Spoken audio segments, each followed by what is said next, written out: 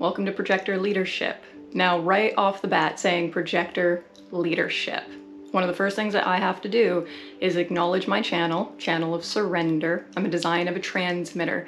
And one of the most important things I ever have to say about anything to do with human design and communicating it to the people that want to hear about it is that language isn't necessarily meaning what you think it is. When we use a word in human design, you know, as soon as you hear a word, you hear all of your previous associations with that word and you attach it to the word like it's your personal definition. Now, I'm gonna ask you to try your best not to do that, to remain open to the possibility that your version of the definition of the word that I'm giving you isn't actually what I mean when I use it, or it's not what your experience of it has been up until this point. Now, the reason I preface that is because I'm about to say a statement, and without that introduction, the reaction to the statement has gotten some pretty interesting reactions. The statement is that projectors are the new leaders. Since 1781, projectors were brought on the planet to be the new leaders. Who are we really replacing? Manifestors. Projectors are the new leaders. They are and have been and did replace manifestors. Now, right off the bat, there's the, I mean, don't get me wrong. If you're a projector watching this video, you're like, if you're not a projector watching this video, might be how you're feeling.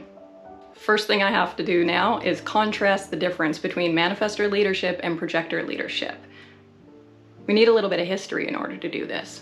When did projectors begin to exist on the planet? 1781. 1781 is a pretty recent year. In the grand scope of how long humans have been around, 1781 is fresh, like super fresh, just birthed.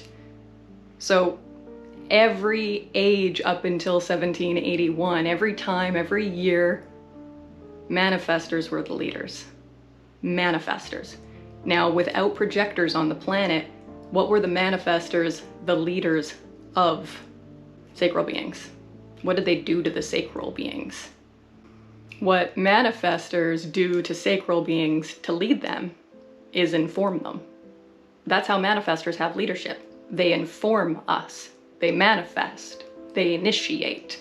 There is a force. There is impact. Impact is a key word of a manifestor. When you think about impact, think about a car crash, okay?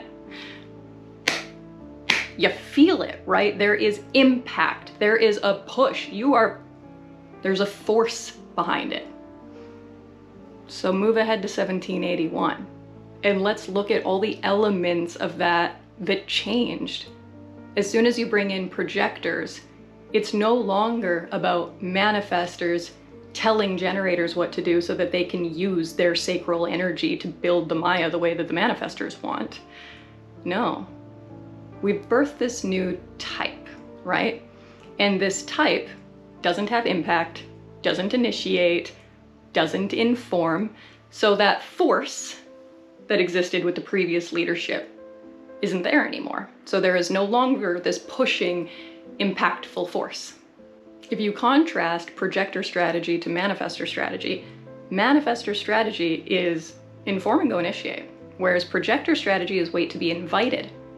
So yeah, projectors, we're here to be the new leaders. But how do we become a leader? How does somebody get our leadership? They have to recognize and invite us. The number one primary difference between manifestor leadership and projector leadership is that you're asking for projector leadership. We're not going to give you anything that you don't want. We're not going to come push you around. We're going to wait for you to recognize us, and then we're going to guide you. How are we going to do that though? We do it in partnership. We do it in collaboration. You put me in front of a sacral being. As a non-energy type with an undefined sacral, I naturally read their sacral energy. I naturally grab on to their magnetic monopole with my aura, and I start to get information about them.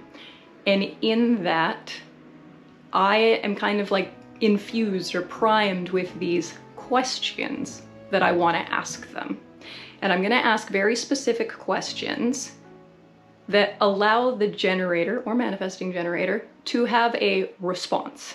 And in that response, they reveal to themselves their answer, their truth, their direction, and we give them whatever permission slip they need to pursue that in order to get their satisfaction. The world that projectors came into post 1781 is a world that is very full of frustration and quite a bit of anger. Manifestors are angry when they're not self. Generators, manifesting generators, they're frustrated when they're not self.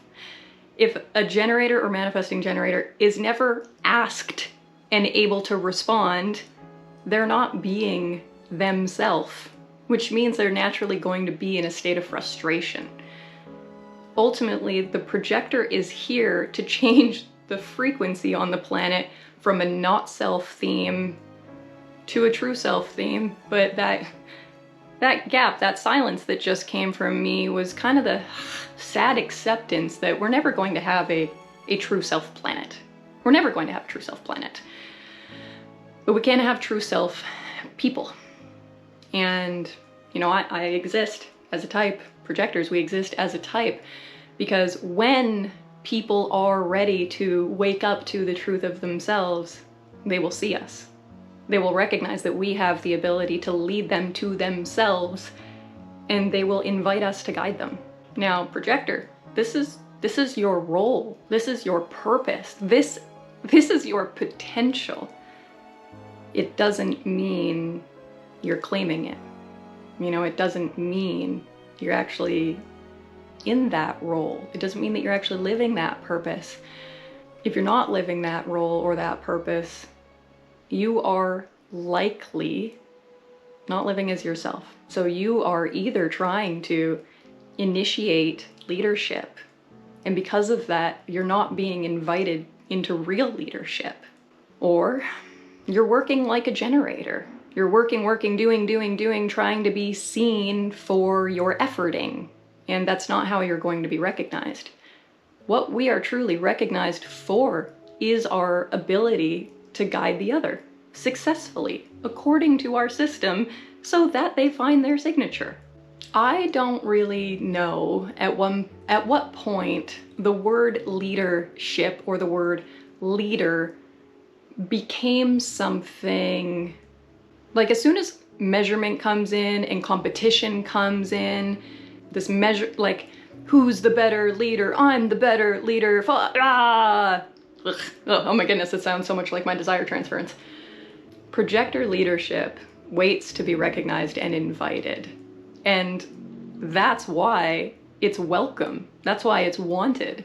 That's why it's comfortable. That's why it's here to replace the old way of leadership. The old way of leadership is very competitive and oppressive. The new way of leadership is very, not only self-led, because that's truly what it is. Even when the projector is getting involved with the sacral being, it's a self-led process. We are leading the generator type to know themselves. It's self-led, self-leadership, self-awareness, self-love, self-respect. Human design is here to support the self that is ready to be empowered. The ultimate leadership anybody will ever have is self-leadership according to their own authority. And yet, that is what leadership with a projector will teach somebody, is we will lead you back to yourself so that you can become your own authority. If your own authority isn't your leader, you're not ready for human design because you are looking for a leader outside of you. And if you are looking for a leader outside of you, there's a very good chance a manifestor is going to tell you what to do.